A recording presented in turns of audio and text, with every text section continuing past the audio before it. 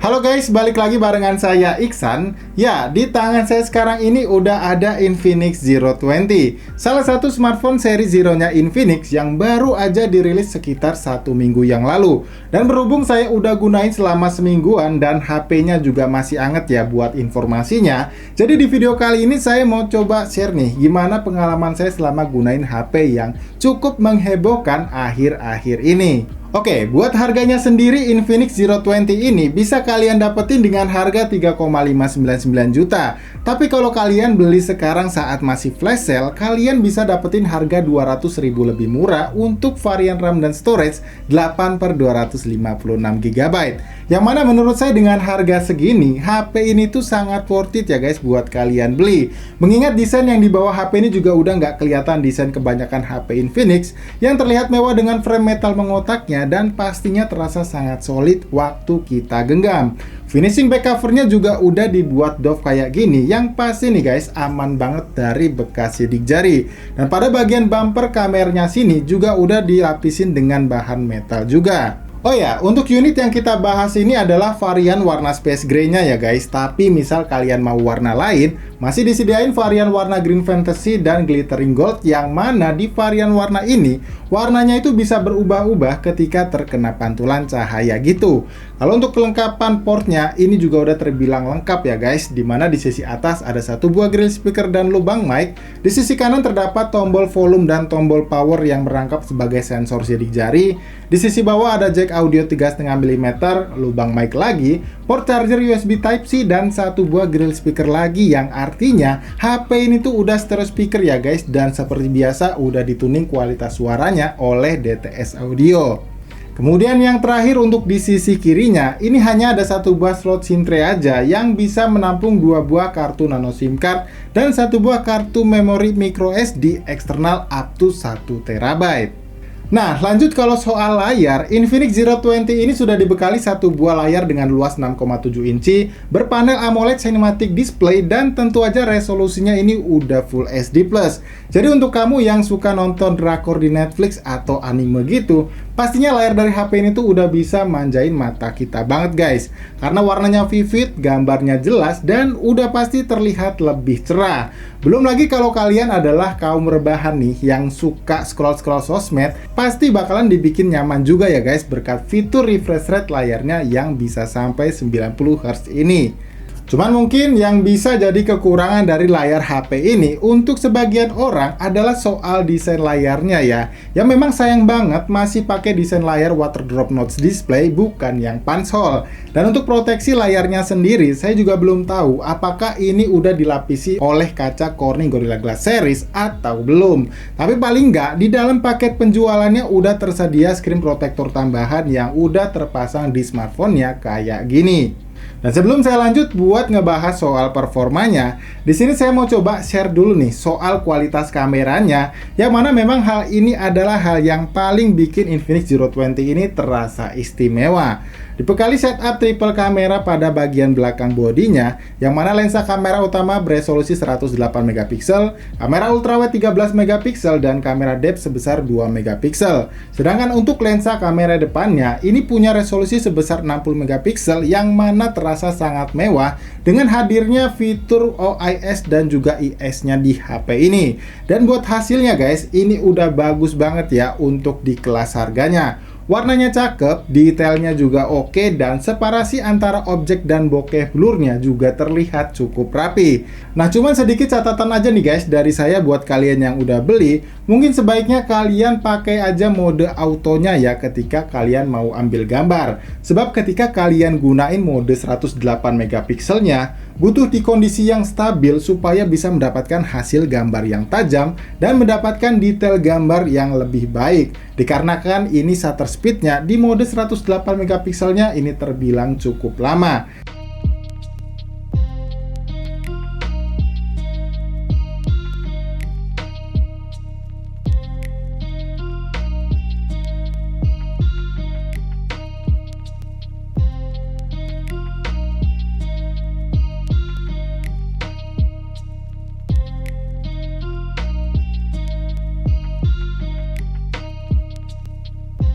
Dan buat kalian yang penasaran sama hasil dari perekaman videonya, bisa simak aja sampel videonya berikut ini.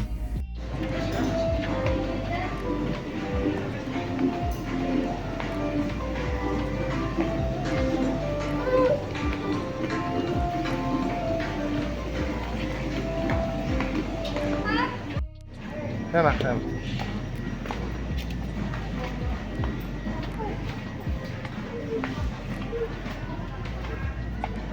Mas.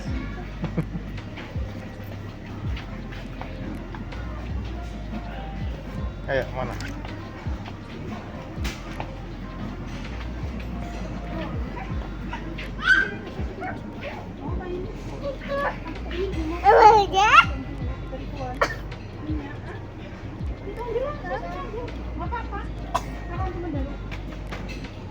Oke, lanjut untuk urusan performanya. Infinix Zero 20 ini sudah dibekali chipset seri Helio terbaru ya guys dari MediaTek, yaitu MediaTek Helio G99 dengan struktur fabrikasinya sebesar 6 nanometer. Yang mana kalau dipakai untuk kebutuhan ringan kayak main sosmed, buka tutup aplikasi e-commerce, ini sih udah lancar banget lah pokoknya. Dan buat kalian yang suka main game, jelas nggak perlu khawatir lagi ya guys, karena performa dari HP ini tuh udah enak banget ya buat kita ajak ngegame. Misalnya mau kalian pakai main game Mobile Legends, settingan grafisnya bisa dapetin settingan grafis high dengan frame rate-nya yang high juga. Dan selama dipakai main, rata-rata FPS yang bisa kalian dapetin di settingan ini bisa berkisar antara 58 sampai 60 FPS.